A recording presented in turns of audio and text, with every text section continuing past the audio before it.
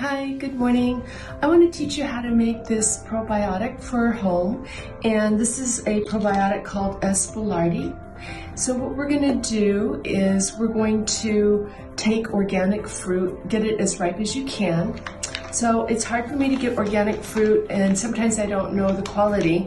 So I actually bought some frozen fruit, and you can use fresh or frozen. And usually when you buy frozen fruit, they pick it when it's ripe. So that's what you want. You want ripe fruit, organic. And we need 4 cups of it. So I've got 4 cups here, mixed berries, and we need a cup of water. And what S. boulardii does is it really likes to combat candida. And this probiotic has been around for 60 years. It's very good. The problem, which is the problem I had getting it, is it has to be kept at a certain temperature, and most of the times when you buy it, the quality is not that good. I happen to trust this particular company, Pure Encapsulation, and they were pretty much the only ones that would send it to me. Okay, so we can add a cup of water. What I'm going to do is I'm going to just use this juice that I got from my organic berries. So we need a cup of water, in this case the water that came with the berries. And what we want to do is we want to break it up. We don't want to blend it a lot, just enough to break up the fruit so that the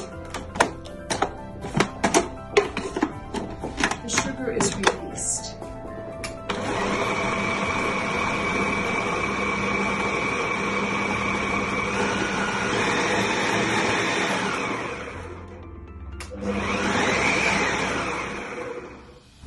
Okay. So what we're going to do now with this is we're going to boil it for 10 to 15 minutes. Because we want to make sure we kill all the bacteria.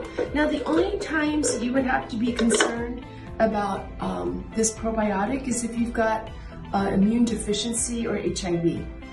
But the other reason we want to make our own S. boulardii is that when it starts to overtake the yeast, the candida in the gut, there's going to be a metabolite, so it will be formed. Those are very beneficial as well. Now, the good thing about this making your own is that we know we're using good sugar.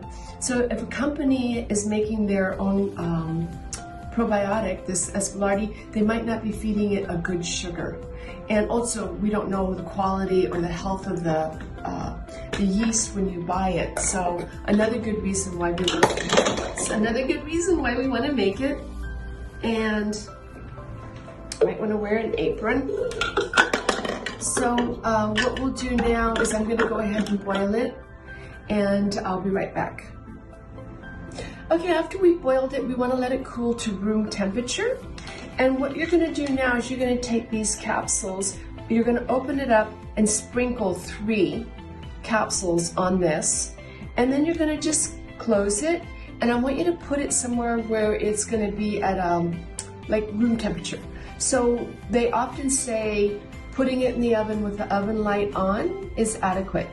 I don't have an oven light that does that here. You might have one that does that. So go ahead and do that. You're going to wait 2 to 3 days, and then you'll have enough bacteria, and then you can put it in the refrigerator. So what I want you to do is every morning you're going to take a soup spoonful and eat it on an empty stomach. Now, since you've all been on a sugar-free diet, this will be fantastic. This will cause a lot of bloating if you try to do this and you haven't eliminated sugar from your diet. So it's great since you guys have been doing the Candida cleanse and you haven't been eating the sugar, so you're gonna not get all that bloating and discomfort. And you want to do this for 2 weeks.